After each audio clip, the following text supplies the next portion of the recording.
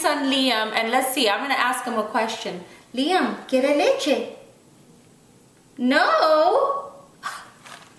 I just asked him if he wanted milk. Just a few months ago, he would have started pulling on my shirt and maybe even crying if I just mentioned it. A few months ago, I posted that I found the trick to weaning my son at 21 months. And everyone was asking me, how'd you do it? What was the trick? And I didn't want to share it quite yet because I didn't want for like 3 days to go by and then it didn't work anymore. So I wanted to make sure that I mastered it and I completely weaned him before I shared my experience. So I'm finally ready to share my trick, how I ended up weaning my son at 21 months.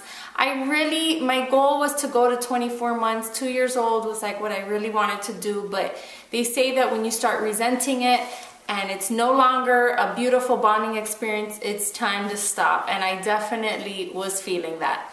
Liam's nursing actually, his desire to want to nurse actually increased after he was like 1.5. He just wanted to nurse 24/7. At 1, I weaned him just like morning and evenings. That was all we were doing, and he did fine with that. And then a few months went by, and all of a sudden he wanted to nurse 24/7. For if he fell down and hurt his foot, he'd come, start yanking at my shirt. If he just bumped his head, yanking at my shirt.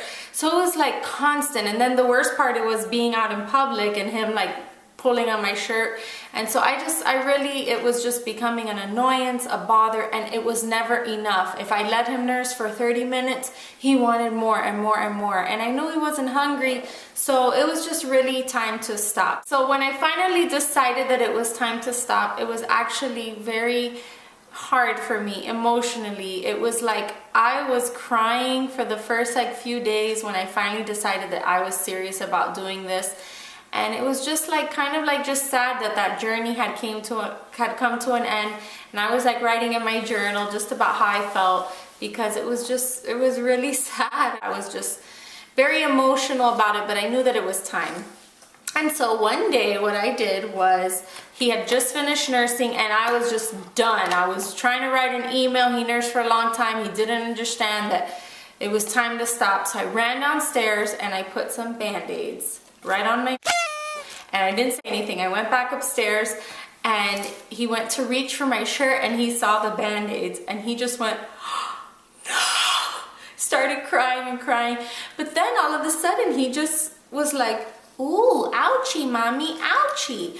And I was like, yes, Liam, they're ouchie. Because for weeks and maybe even a month before that, I'd been telling him, it hurts, Liam, ouch, get off. And sometimes he would respect that and just latch right off. But other times he would just shake his head and be like, I don't care. So he saw the Band-Aids and freaked out. And I'll tell you guys, he never asked me one more time. It was it. That's what did it.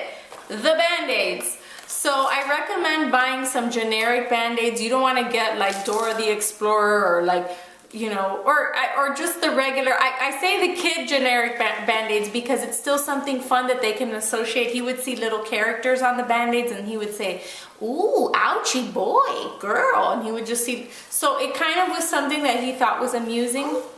So everything was perfect, I was fine. And then on the 5th day, he caught me without my Band-Aids and he started crying and he was like, leche, leche.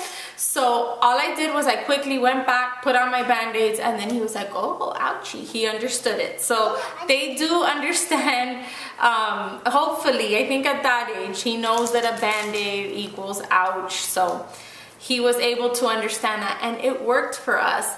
Now, I did read in some blogs, they said that you have to watch out because your kid will become a little more emotional, and we definitely saw that. So look out for that and just expect it, that when you wean from nursing, they are going to be, he was crying for everything. And so what it recommended doing, and this is what we did and it worked for us, was just showering him with extra love and affection. Even though you normally do that, this is like when they start crying, hug them, hold them, and just show them that this is now comfort, not nursing.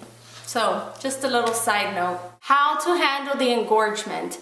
I don't recommend the way that I did it, you guys. I pretty much did it cold turkey, but it was way too painful. The proper way, or probably the less painful way to do it, is to just slowly start pumping and, you know, pump and pump less and less, and then you finally, your milk won't come in. I was dumb enough to do it cold turkey. The first day I did pump. The second day I was fine. I didn't need to pump, but my breasts were getting larger and engorged. By the third day, it was so painful, but I didn't want to pump. I was like, I'm 2 days in, I'm not gonna pump. Well, it was I almost came that close to pumping, but I was just like, mind over matter, I can't do this. So it was really painful. It was Thanksgiving weekend. My family was in town and I was just like, oh, in so much pain. So my sister-in-law, who's a doula, recommended that I put frozen corn in little baggies and put those on. And it did give me it alleviated me a little bit, but I don't recommend doing it that way. But if you do, just prepare yourself because it is very painful. And my milk did not go away for a full week.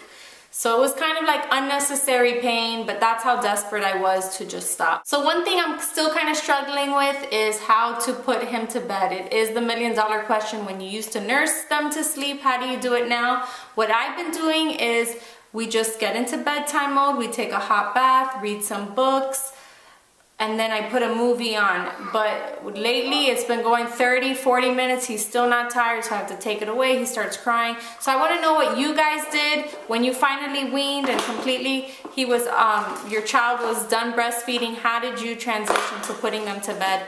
My son doesn't really drink milk. He does, but I don't think like a drink, and he doesn't do a pacifier. So just any other tips that you can share with me, I'd appreciate that. I hope this really helps someone. Ask me any questions. I'll be happy to help you guys if you have any more questions that I didn't cover in this video. Bye-bye.